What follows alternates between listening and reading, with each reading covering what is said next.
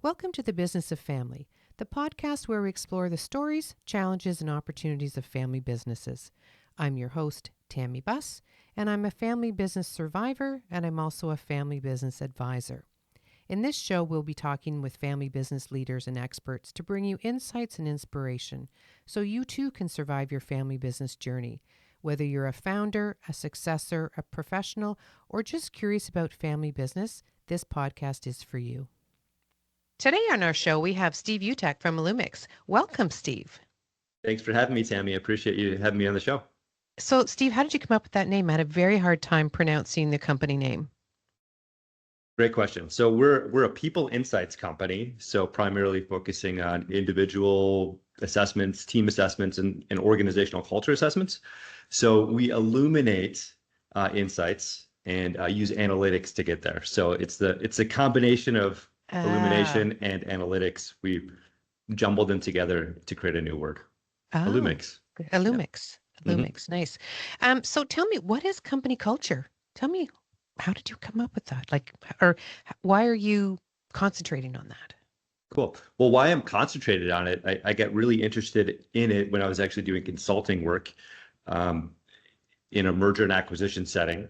I knew two leadership teams. One was this large hospital group. This other was physician group, and they had all these great conversations about company values. And they're like, "Oh, this is going to be great. We're really aligned. We see the synergies to make this work." And then they got together, and within 6 months, their leadership teams weren't communicating. Trust had eroded. And as I got into it, because they said, "Hey, Steve, help us understand what's happening here. And can you help bridge this divide?" And I started talking to people, and I just understood they had very different approaches to how they got work done.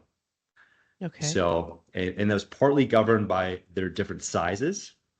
But there's a lot of different influences. And one of the key things that was an issue for them was how they made decisions. So the large hospital group, they needed to take time and to be thorough and research decisions before they made them. The small physician group, they're like, "Hey, it sounds like a decent idea. Let's give it a try. If it doesn't work, doesn't work. We can always, change directions, next week." So if you had to describe to someone, someone said, "What is company culture?" Like the simplest definition I use is how work gets done. So between your four walls, how does work get done? A little bit more of an elaborate definition is like the basic assumptions that govern how people work in order to achieve your organization's purpose. Okay. So that's clearly important for companies to have a strong culture. And how do you find your culture? Like if you're a company, or how do you go in and help them with finding culture? That's a very good question as well, too. So there's a bunch of ways to find it. So there's one way. So there's this guy named Edgar Schein, who is a researcher in the org development field. And I think he had a really cool way of diagnosing or understanding like key aspects of culture. And he'd always say, like, go back to look at the stories that get passed down. So maybe there was like a killer sales guy that was like put on a pedestal, or woman that maybe closed this major deal that changed the trajectory of the customer. And whatever those stories are, it tells you something unique about the culture.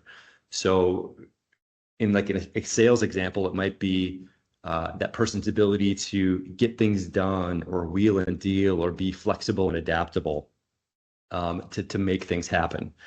Other organizations might tell stories about innovations and the patents they have. Others may talk about luck and opportunity in terms of being in the right place at the right time. But whatever it may be, I think the stories that organizations tell about themselves is one way at getting at kind of the essence of an organization and its culture. So do you help them find their culture? In or some is ways the culture we do. already there and you're helping to bring it out? I would say the culture is always there. It just evolves over time. So if you're a two-person founder-led organization that's really small, you have your own culture. And that culture is going to be largely dictated by that founder's belief sets and natural behaviors around how they take their idea and bring it into the market. And then that culture is going to evolve as the organization grows and adds more people. So, I mean, you working with companies trying to create and make it a better culture, how would they even know that they needed help, that it was the culture that was the issue? Well, it's also a good question. So I have I'm just a full of them yeah, today. you are. So I have a family therapy background. So I like to look at things as developmental processes. Mhm, So a company that's, 5 people is going to look different than a company that's 1,000, mhm, because they have to go through different developmental stages. And as you go through a transitional stage, from let's say infancy to adolescence, if we're going to mhm, use human development terms, you're going to be faced with some dysfunction. And dysfunction can be a bad word, but I view it as a sign that things need to change. Because what worked when you're 30 people or 40 people isn't necessarily going to work when you're 100, 150 people. So mhm. you need to look at how you organize and get work done in a new way. And there's some pretty consistent themes that happen. So when a company's small, they're going to tend to be more flexible, informal, in terms of how they execute and get work done. Actually, too much focus on systems and process can actually slow them down and lead to an early death, so to speak. Mhm. So as a company ages and grows, it's going to look to get more formalized, more systematic, more process oriented. And you also see individual roles start changing from, uh, so the old adage, when you're a small business, you wear many hats as a Mhm. leader and also as an employee. Well, as you grow, those hats get smaller. Or maybe instead of 10 hats, you have 5 or 3 or 2. So there's a natural move towards role specialization. Um, and that can be those transitions can be challenging for organizations to undergo, because we're all creatures of habit, Mhm. and we tend to only change when things get really difficult or painful. So Right, right. it's those moments. That's why I say when we become a little bit dysfunctional, or when things aren't working, Mhm. it's not a sign that you're a bad organization. It's really a sign that, hey, our methods of operating, how we interact to achieve our purpose, isn't working anymore. So we have to look at how we interact and redesign those interactions to be more effective and more efficient. Right. So it's not one thing like, oh, okay, we have a lot of turnover or we're getting behind on things. Because I know, from a company's perspective, small company's perspective, that if something's not working right, you try to fix that particular thing. But are you saying that the culture is really a collaborative, of all sorts of things that bring a culture, not just the processes, but how you interact and, um, there's many different moving parts to a culture? There's a lot of moving parts to the culture, and like if you see things like a lot of turnover, all of a sudden turnover starts spiking. That's just a sign. It's a symptom. It's like, oh, I Yeah. might need to go into the doctor to see Well, why they're my thinking, oh, elbow why? hurts. Do we need to pay them more? Like, what is it we need to do, right? You're trying to look for a quick fix, I think, in a lot of cases, when there's a Yep, problem or you say a symptom of a bigger problem. yep, very common. I always say there's like five signs of like unresolved tension or conflict that exists, and one of them is a quick fix mentality. Is like, oh yeah, employees are leaving, we should throw more money at them. And sometimes that might be the case, but sometimes it might not be. Hmm. And so when you find your company culture or you work with that, how often should you review your company culture? Like, because you say you take you're bringing people together and you're looking at analytics and is there like a point that says look at every we like in the will planning, for example, when we're dealing with our small business Yep. family businesses, we're like, okay, unless there's a major issue, at least every 5 years take a look, but anytime there's something major, we need to review everything. So is there something that is a set point that you say, okay, we've gone in, we've done some analysis of your culture, and here's our recommendations, and then we should be revisiting this every couple of years? Is it a growth thing? Is it a like how do you determine when to go back? I would say it's a growth and transition thing. So when you're small, I would say you don't necessarily need to measure culture, because if you're 30 employees, 40 employees, 50 employees, you can keep a pulse on things just by walking around, talking to people. Um, People talk to you, they'll give you the feedback. So in those early stages, I would just say, as long as you've put in some work to start defining your culture through values. So a great way to start defining your culture is by creating values and supporting behaviors.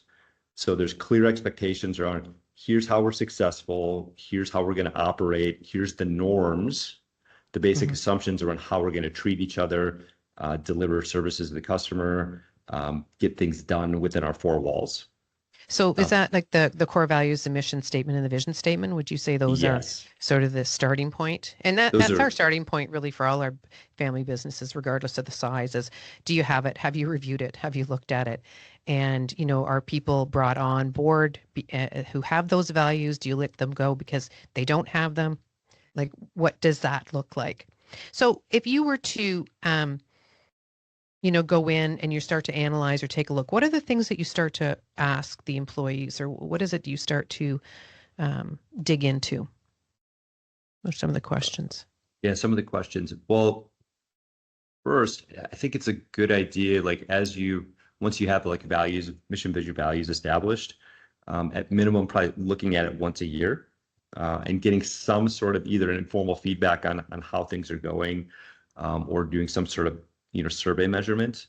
Um, and if you're growing rapidly, I've seen companies needing to analyze it like every, 3 months, 6 months, but that's for pretty rapidly growing organizations that are dealing with or organizations dealing with a lot of change. So maybe there's a Hmm. lot of market pressure that's causing them to putting a lot of strain on the organization. But great questions to start with. Just I would say keep it simple. Like what's working, what Hmm. what's not working as a starting point. Um, but I like to also look into like a key thing would be just leadership relationship. How's the relationship with your leader? What's working there? Are they checking in regularly? Are they giving you what you need? Hmm. Training and onboarding, accountability and consistency around holding people to high standards. It's one of the big problems I see in Hmm. organizations. Accountability is tough, particularly in your Hmm. smaller companies. Yep. Well, actually, even in bigger companies, because sometimes you can fly under the radar. You really can. And in small companies, part of what like endears employees to leaders is this flexible approach of like, Hmm. oh, the company leader knows that my spouse is going through some sort of, I don't know, maybe they're sick and in the hospital, so they make exceptions to give them extra time off. And there's a lot of these exceptions that are given, which endear employees to the organization. But then as they grow, it becomes really hard to do that It without does. creating a culture of unfairness. Hmm. So Hmm. that thing that made them really great and special to employees early on can then become their Achilles heel.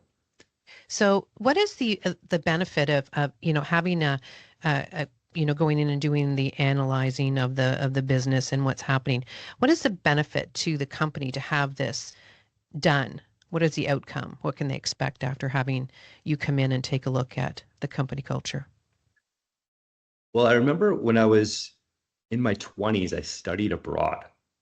It was in Venezuela, and I was fascinated with how things were so different when I was there. And somebody asked me to say, well, what's the culture like in the US? And I was like, well, we don't even have a culture, which is a Work pretty hard. un but I think I said that because I was immersed in it and it was so normal to me. I couldn't even necessarily see what was really unique about maybe our day-to-day life, Hmm. because it was just I was the fish in the fishbowl, so to speak. Hmm. I couldn't even see the water around me. It's good to measure your culture because we all have blind spots when we're in our business. We're not going to see things clearly all the time. So we might have certain biases around maybe a department that we think is like really working well, or how other departments are working with each other. And in asking the questions or doing a survey or an assessment is a way to check our thinking. Like, are our biases real? Are they not?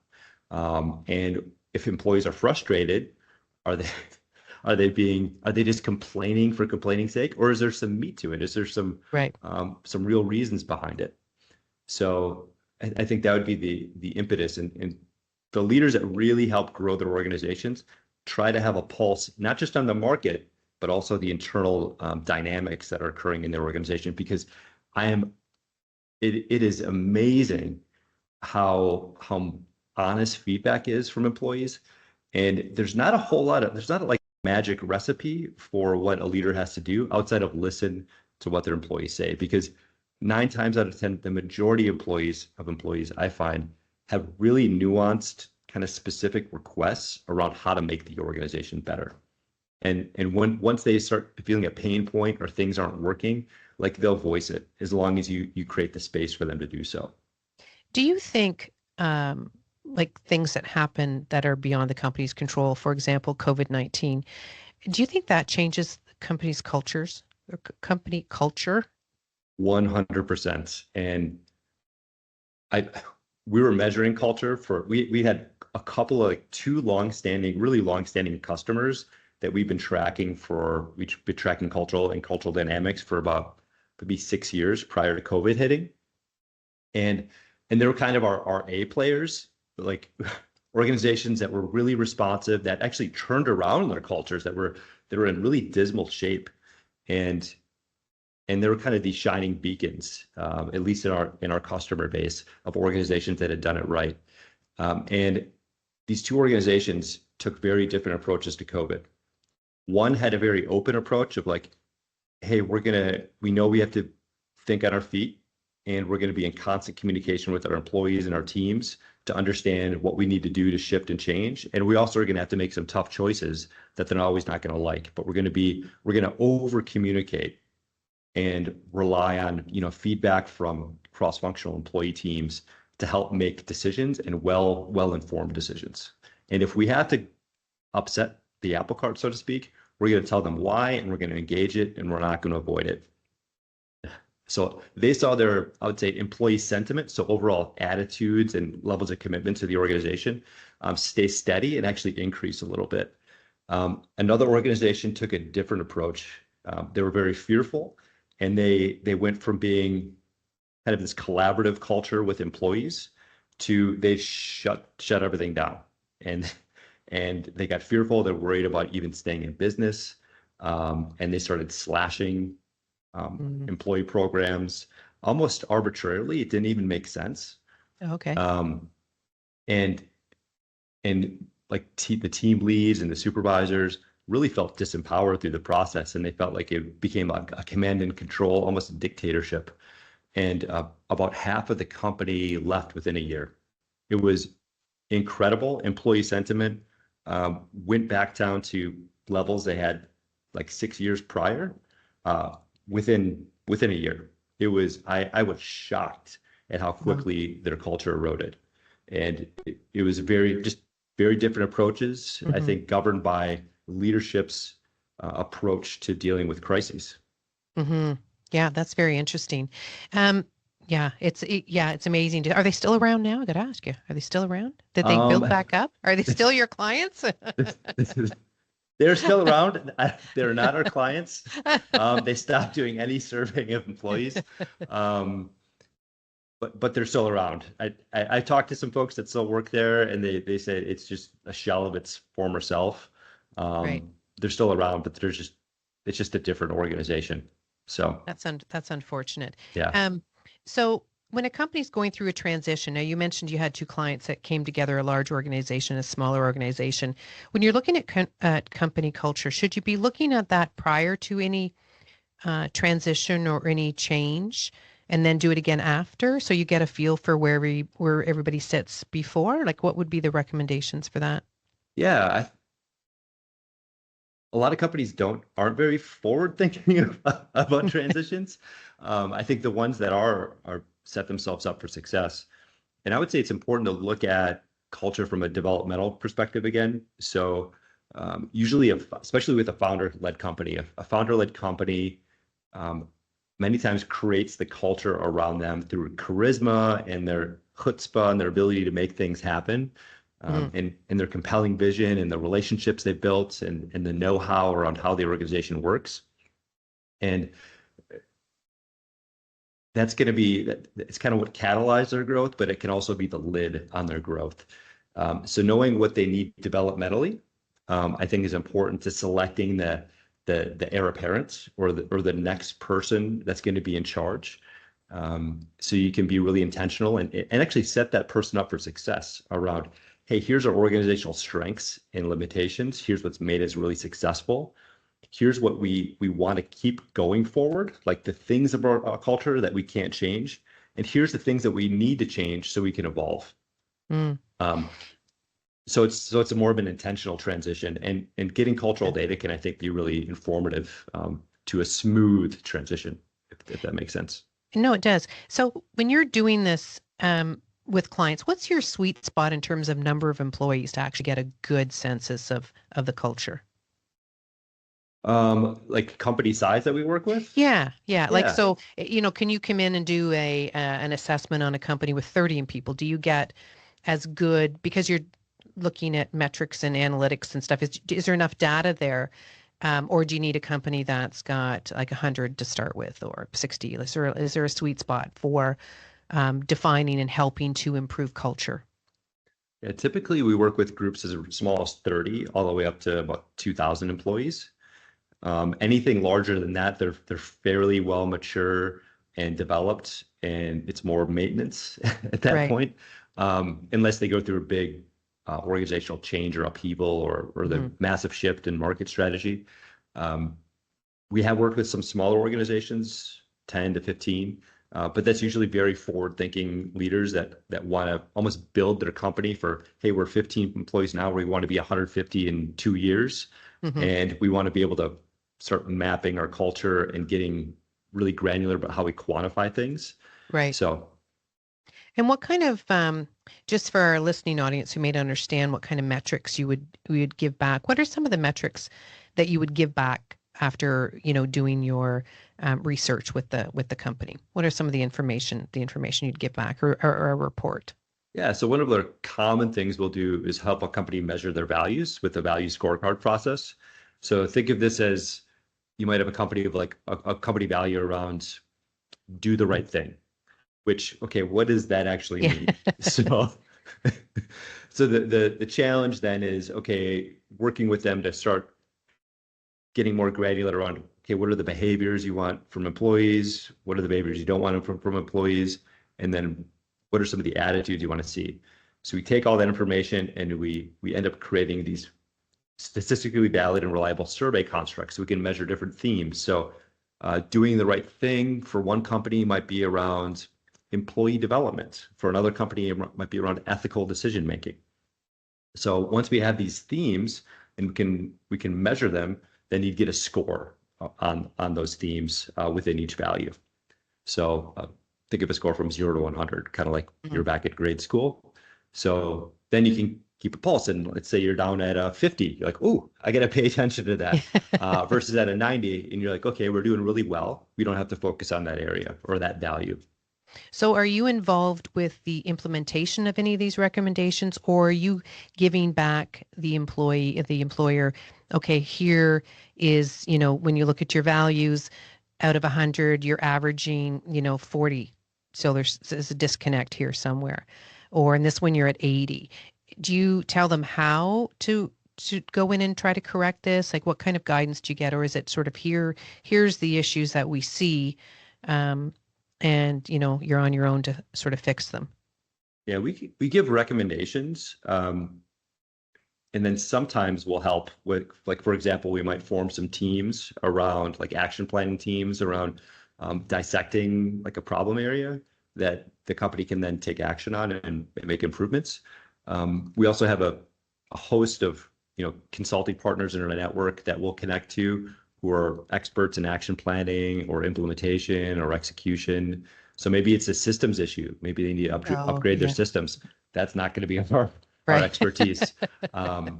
As a family therapist, it's not so much systems. No, it's like me with the technology. Exactly. Or maybe we're just starting with a company and they don't even have values in place. So actually that'd be like, I might connect them to you, Tammy, in that case, to, hey, you need to get vision, mission, and values in place, just to provide some directionality and some normative expectations for how employees need to behave in the culture as a starting point. Well, it's So, so important, and I think that's a lot of particularly first generation families don't even think of that. Because again, you just started a business to, pay the bills. You didn't start it yep. out to be a family business, or, the intention was to grow it. That's kind of the difference between an entrepreneur and a family business owner who just was really good at what they did, and the business grew. But the values and the vision and the mission of the companies are so, so valuable. And I think it's very underrated in terms of understanding values. You go, yeah, yeah, whatever. Because you read a lot of company values and you go, yeah, right, who's this? This is certainly not them. But if you actually live and breathe your company values, it does set you apart. And it's such a key point. And I think it's easier to do it when you're smaller. And Yep. as you're growing and getting bigger, you don't get that, one-on-one touch point that says, this is really what our culture is, what our values. So that's really good. Yeah, I would say So our values. Oh, I was gonna say go like ahead. our values scorecard. I think why it's caught on is because of those founders that want to leave a legacy, and they're like, Yes. these values are important to us. I want to make sure they're being lived out. So it becomes a way. Once you measure something, then you can start tracking it and making improvements on it. So Well, it's interesting you like, say that because back I had transitioned to a previous company, and when we'd have our meetings quarterly, when I was run the meetings, if I'd be like a cheerleader, and it was HRSP, give me an H, what is it? And then we'd ask, what did you do? It was helps first. How did you help? Who did you help? So we went around the room so we could actually, people thought about it, or you could say, that wasn't very helps first, mhm. or, whatever our culture was, and was very ingrained. And I learned that probably, I don't know, 20 years into business, how important it was. As you say, we all have values as founders. We just might not have them documented and share them, right? But once you share it, and keep people accountable to it, it makes a huge, huge difference in your business, It really regardless of the does. size, regardless of the size. Anyway, I And think it, we're just about, sorry, go ahead. no, I was going to say add that it creates a lot of security, I think, with it with employees too, when it is defined, because Yes. then they know, okay, here's the roadmap of how we're going to be The successful, expectations and it creates a sets the language to have tough yes. conversations too. Yeah. Um, Yeah. so No, absolutely. It makes all conversations easier, yep, whether they are, difficult ones or easy ones. But we're just about out of time. And I always like to end with asking you for two pieces of advice that you would give to companies starting out or older companies, like, larger companies. What's your two pieces of advice you would give around company culture? your expertise around culture is a journey. So you have to start someplace. I would say don't start with measurement. Yeah. uh, that's something that comes with time. Some companies do, um, but start small and just take chewable chunks. So maybe start off if you want to focus on vision and mission first, great. And then work on values, maybe just getting values in place as a starting point. Then the next year work on defining them. Um, might want to work on operationalizing them. So companies move at all different speeds and find your speed. And yeah, you don't have to, build everything right away. Mm. So start small, and you'll know when you need to iterate and grow, and improve things as you get larger. So, Oh, that's great advice. And I do think it becomes a little bit overwhelming because there's so yep. much to do when you're a business owner, particularly a newer business owner, or if like you've talked about transitioned or seen rapid growth, it becomes a little overwhelming because everything's Hmm. coming at you at once. So I think that's amazing advice. Anyway, Steve, if people want to reach you, where could they find you? How do you pronounce that and how do you spell it? So my company is called Illumyx, Illumyx. You can find us on the interwebs. But the easiest way to get a hold of me is on LinkedIn. You can find me at Steve Utech. Just search me. Um, and yeah, send me a direct message. I also have a podcast called Connecting the Dots with a co-host of mine, a colleague of mine, where we get into human personality. We discuss team dynamics and all things workplace culture. It's a little bit it's a little bit nerdy and irreverent at the same time, so it's a good time. But you can find Connecting us the on dots, Connecting correct? the Dots Connecting with the dots. Steve and Ryan. You Steve can and find Ryan. us on Okay. Spotify, Audible, and Apple. Great. Well, thank you very much for taking the time to join us today. We really appreciate it. Yep, thanks, Tammy. Appreciate you having me on. Okay, take care. Take care. If you like this episode, subscribe to the Business of Family podcast on your favorite listening platform. You can also find Blue Roots on Facebook, Instagram, and LinkedIn. On the next show, I'll be back with another amazing guest who will inspire you with their family business insights. Until then, take care and keep it in the family. This podcast is for informational purposes only and should not be considered legal, tax, investment, or insurance advice. Before acting on any advice, please contact your personal or company advisors.